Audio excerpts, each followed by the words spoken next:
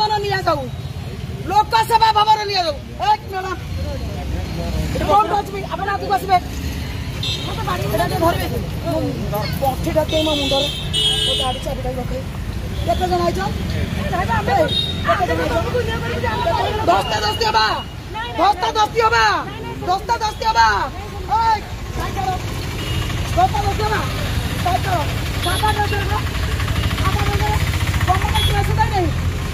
मु काबू परमिशन करछि ना एटा परमिशन ना एटा डीसीपी का परमिशन ना छोड़ो विधानसभा छोड़ो विधानसभा छोड़ो नाइक भाई बड़ा विधवा तो दौड़ सुनो तुम 8 वर्ष हो गला 8 वर्ष हाथ देखा